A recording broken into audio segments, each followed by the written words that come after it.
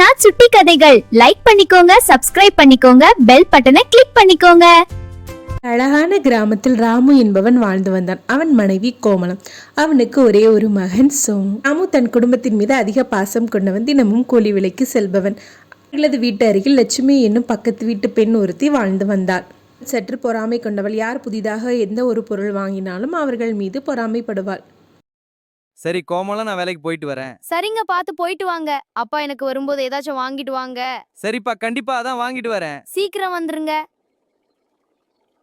ராமு வேலை முடித்து திரும்ப வரும்பொழுது ஒரு பரோட்டா கடையை பார்த்தான். சோமு ஞாபகம் அவனுக்கு வந்தது. ஆஹா, இது நம்ம சோமுக்கு பிடிச்ச பரோட்டாவாயிருச்சே. அவன் ரொம்ப விரும்பி சாப்பிடுவானே. இந்த மழைக்கும் குளிருக்கும் ரொம்ப இதமா இருக்கும். போய் வாங்கிட்டு போவோம். அப்படியே ஒரு கொத்து பரோட்டாவும் வாங்குவோம். அண்ணா, பரோட்டா எல்லாம் சூடா இருக்கா? ஆமா தம்பி, பரோட்டா எல்லாம் நல்லா சூடாதான் இருக்கு. சரிங்கண்ணா, எனக்கு ஒரு 8 பரோட்டா பார்சல் கட்டுங்க, சால்னா தனியா கொடுங்க. சரி சார், உடனே தரேன். ஒரு கொத்து பரோட்டாவும் போட்டு கொடுங்க. ஓகே, சிக்கன் கொத்து பரோட்டா போடுறேன். ரொம்ப நல்லா இருக்குன்றி. வாங்க சார், மறுபடியும் வாங்க. கோமா, பரோட்டா வாங்கிட்டு வந்துட்டேன். அருமையா இருக்கு, குருடு. இந்தா, எல்லாருக்கும் தட்டுல வைக்கிறேன். சோமு, எழுந்துரு, பரோட்டா சாப்பிடலாம். அப்பா. எழுந்துரா. ராமு தன் மகன் சோமுவை சாப்பிட எழுப்பிவிட்டு தன் மனைவி கோமலம் என்ன செய்கிறாள் என்று பார்க்க வந்தான். அவள் மிகவும் சந்தோஷமாக சமையலறையில் சால்னாவை சூடுபடுத்தி கொண்டாள். சோமுவை பார்த்தவுடன் கோமலம், எங்க இந்த பரோட்டாவா நாச்சி கடையில தானே வாங்குனீங்க? அங்க பரோட்டா சூப்பராக இருக்குமே. ஆமா, நம்ம சோமிக்கு தானே ரொம்ப பிடிக்கும். அதான் அவனுக்காக பார்த்து வாங்கிட்டு வந்தேன். மழை வேற பெய்தா குளிருக்கு, சுட சுட சாப்பிட்டா நல்லா இருக்கும். தான் சரி. இவரும் உட்கார்ந்து ஒரு தட்டில் ஆளுக்கு 2 பரோட்டாவை போட்டு நன்றாக பிச்சு போட்டு சால்னாவை ஊற்றி தன் மகனுக்கும் ராமு ஊட்டிவிட்டான். கொத்து பரோட்டா மிகவும் அருமை என்று மகன் கூற மனசுக்குள் அவ்வளவு ஆனந்தம் அவனுக்கு. அடுத்து வீட்டு பாபுவும் வர அவனுக்கும் கொடுத்து மகிழ்ந்தார்கள். மிகுந்த இரவில் சுட சுட பரோட்டா இதமாய் இறங்கியது அனைவரும் தொண்டையிலும். சாப்பிட்டு விட்டு அனைவரும் உறங்கினர். அடுத்த நாள் விடியல் பொழுதில் ராமு தனது வேலையை நோக்கி புறப்பட்டான். அது மாந்தோப்பில் தான் வேலை. அடடா, இவ்வளவு மாம்பழங்கள், ஒவ்வொன்றும் சுமையா இருக்கு.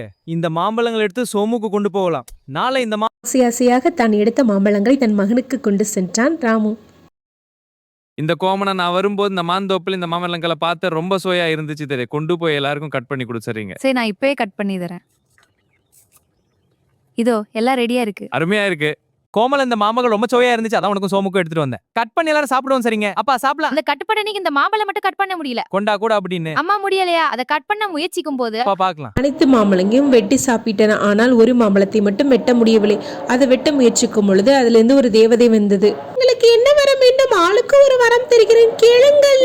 தேவதையை, என் மனைவிக்கு நகையும் புடவையும் கொடு. நன்றி, இதோ கொடுக்கிறேன். தேவதையே, ராமுவிற்கு புதிய சைக்கிள் வேண்டும். அதுவும் உடனே தருகிறேன். எனக்கு அழகான வீடு வேண்டும் தேவதை. அப்படியே ஆகட்டும். புதிய வீடு வரவழைத்தது. அழகான வீடு. ஒவ்வொரு கேட்ட வரங்களையும் தேவதை அழைத்தது. அப்பொழுது பக்கத்து வீட்டு லட்சுமி எதேச்சையாக அதை கண்டாள். அந்த தங்க மாம்பழத்தை திருட எண்ணினாள். அன்று இரவே அவங்கள் வீட்டிற்கு சென்று அந்த மாம்பழத்தை திருடிக்கொண்டு தனது வீட்டிற்கு சென்றாள். மாய மாம்பழமே, தயவு செய்து என் வீட்டிற்கு வா. உன்னிடம் நான் ஒரு வரம் கேட்க வேண்டும். உன் விருப்பம் என்ன லட்சுமி? லட்சுமி, உனக்கு 3 வரங்களை தருகிறேன். உனக்கு என்ன வர வேண்டும் என்று கேள். உன் முதல் வரத்தை கூறு. தேவதே, எனக்கு நிறைய தங்க நகைகளும் பட்டுப்புடவையும் வேண்டும். அப்படியே ஆகட்டும். இது 2வது வரமாக ராமுக்கு வழங்கிய அனைத்து வரங்களையும் திரும்ப எடுத்துக்கொள். இந்த பொறாமை குணத்தினால் உனக்கு வழங்கிய அனைத்தையும் நான் திரும்ப எடுத்துக்கொள்கிறேன். உனது நகைகளையும் நான் எடுத்துக்கொண்டு செல்கிறேன். இதுதான் உனக்கு வழங்கின தண்டனை. லட்சுமி, என்னாச்சு? ஏனால்றீங்க? ராமு, நான் தப்பு செஞ்சிட்டேன், மன்னிச்சிடு. கவலைப்படாதீங்க, எல்லாம் சரியா. நான் செய்த தவறை எண்ணி ராமுவிடம் மன்னிப்பு கேட்டாள் லட்சுமி.